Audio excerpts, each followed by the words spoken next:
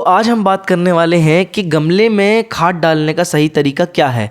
तो आप में से ज़्यादातर गार्डनर्स एक गलती करते हैं कि गोबर की खाद लेते हैं और वर्मी कंपोस्ट लेते हैं और उसे सीधे गमले में डाल देते हैं। तो शायद ही आपकी झाड़ को ये खाद पूरी तरह से लगती है, क्योंकि आपका झाड़ ना ही गोबर की खाद खाता है, ना ही वह वर्मी कंपोस्ट खाता है।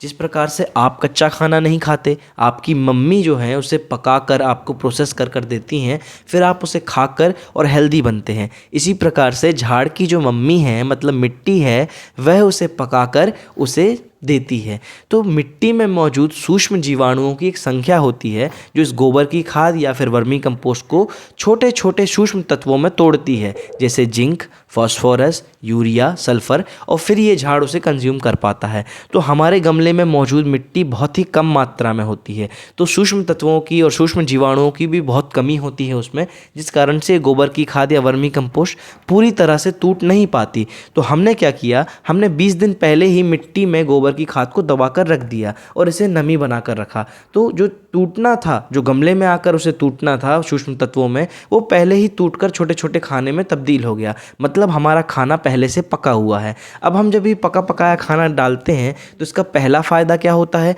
कि झाड़ को सीधे ही पका खाना मिलता है, तो ज़्यादा मेहनत नहीं करनी पड़ती, वो सीधे खा लेता है।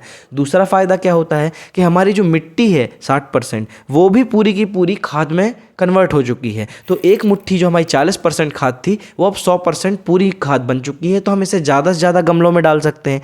तीसरा फ़ायदा क्या होता है कि जब हम मिट्टी डालते हैं तो गुड़ाई हो जाती है, जिससे ब्रांचेस जो हमारी होती है, तना होता है, उसमें से नई जड़ों का फुटाव होता है, और वह नई जड़ों का फुटाव होने के कारण झाड़ की जो सूक्ष्म तत्वों को खींचने की या तत्वों को खींचने की क्षमता है, उसमें बढ़ोतरी होती है, जिससे झाड़ और हेल्दी होता है और झाड़ की जो फ्रूटिंग होती है बहुत अच्छी आती है। तो ये 3 फ़ायदे मैंने आपको इस खाद के बता दिए हैं। तो इसी तरह की जानकारी से जुड़े रहने के लिए आप मेरे चैनल को लाइक एंड सब्सक्राइब कर सकते हैं। अगले वीडियो में बहुत ही अच्छी खाद बनाना बताने वाला हूँ घर पर ही, तो नोटिफिकेशन ऑन कर लीजिएगा। आज के लिए इतना ही, नमस्कार।